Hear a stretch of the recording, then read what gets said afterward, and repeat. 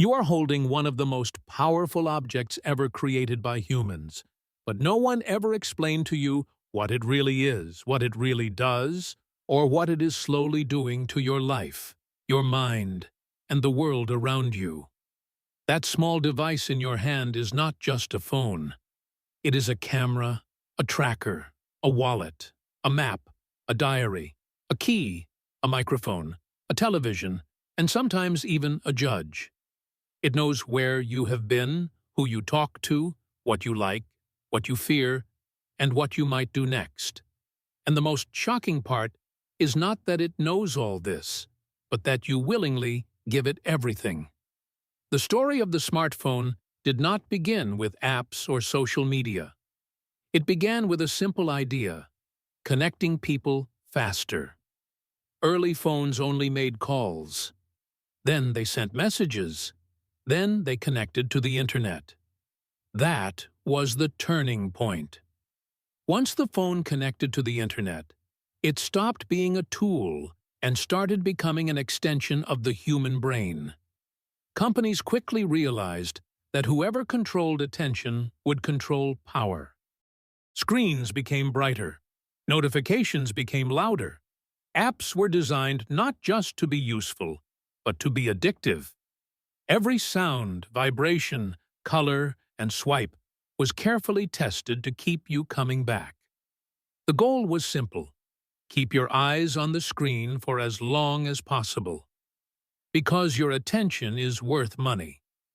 Every second you spend scrolling is data being collected. Data about what you watch, how long you watch it, what you skip, what you replay, and what makes you stop. This data is fed into powerful systems that build a digital version of you. This digital you is sometimes more accurate than the real you. It can predict what you will buy, who you might vote for, what time you sleep, and even when you are most emotionally weak. This is not science fiction. This is everyday reality. Your smartphone tracks your location even when you think it is not. GPS, Wi-Fi signals, Bluetooth, and cell towers constantly talk to your phone. Even if location is turned off, movement patterns can still be estimated. Your phone knows where you live, where you work, where you shop, and where you relax. Over time, it learns your routine. If you break that routine, the system notices. This data is valuable not just to companies, but also to governments. In many countries, smartphones have become tools for law enforcement, public safety, and sometimes control. Cameras on phones capture more than memories. They capture faces, places, and moments that can be analyzed later. Facial recognition can identify people in photos even if you never tagged them. Your microphone listens more than you think. Voice assistants are always waiting for a wake word, which means the microphone is always on. Companies say they do not listen unless activated, but the systems are always ready. Accidental recordings have happened before.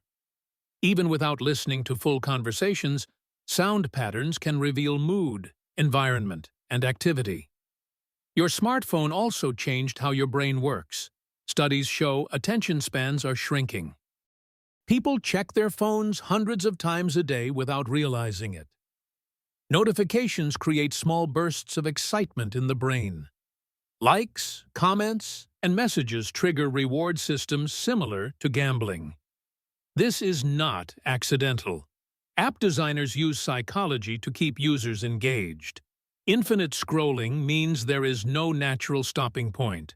Autoplay means you do not decide what to watch next.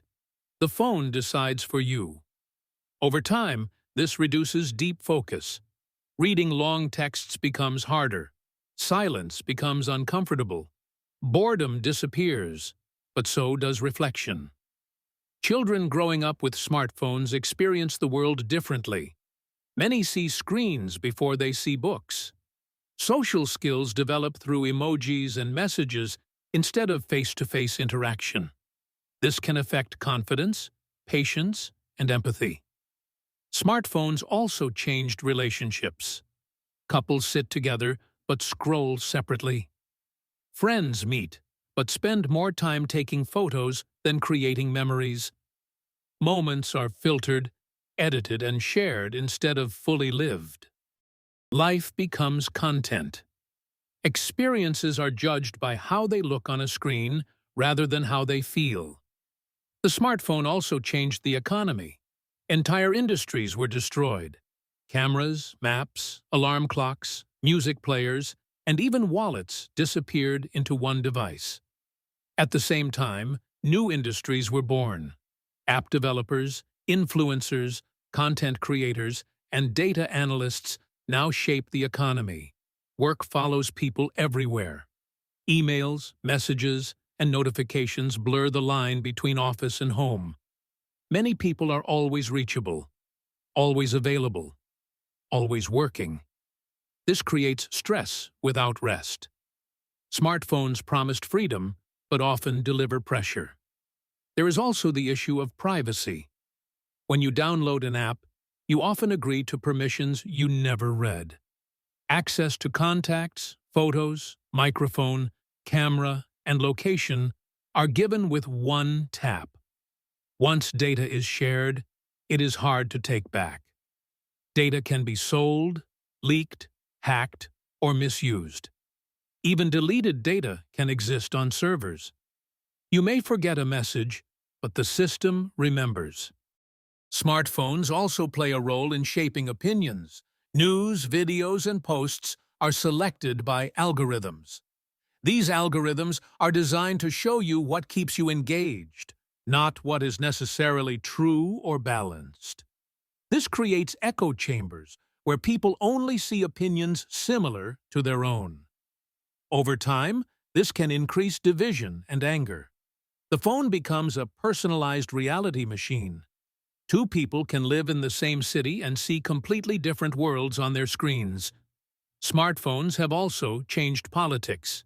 Campaigns target voters using phone data. Messages are customized based on interests, fears, and beliefs. Protests are organized through messaging apps. At the same time, phones can be used to monitor activists and track movements.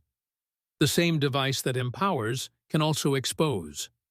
In emergencies, smartphones save lives. They provide navigation, communication, and access to help. During disasters, phones become lifelines. This is the balance of the smartphone. It is not evil. It is powerful. And power depends on how it is used. But the truth most people never hear is this: you are not the main customer of your smartphone. You are often the product. Your data, your behavior, your attention are what generate profit. The phone is the gateway. Companies compete not just for your money, but for your habits. The more dependent you become, the more valuable you are. Even the hardware tells a story. Rare minerals inside smartphones are mined in difficult conditions. Factories operate at massive scale. Workers assemble devices that connect the world, but may never benefit fully from it. Environmental costs are high. Phones are replaced every few years, creating mountains of electronic waste. The device that feels light in your hand carries heavy consequences across the planet. Some people are beginning to push back. Digital minimalism is growing. Screen time controls exist. People are turning off notifications, deleting apps, and reclaiming attention. Governments are discussing regulations. Companies are being questioned. The future of the smartphone is changing. Artificial intelligence will make phones even smarter. They will predict needs before you ask. They will see, hear, and understand more. This makes the question even more important. Who controls the device you carry everywhere? And who controls you through it? The smartphone is the most personal technology ever created. It sleeps next to you. It wakes you up. It follows you everywhere. It remembers what you forget. It connects you to the world, but can also isolate you from it.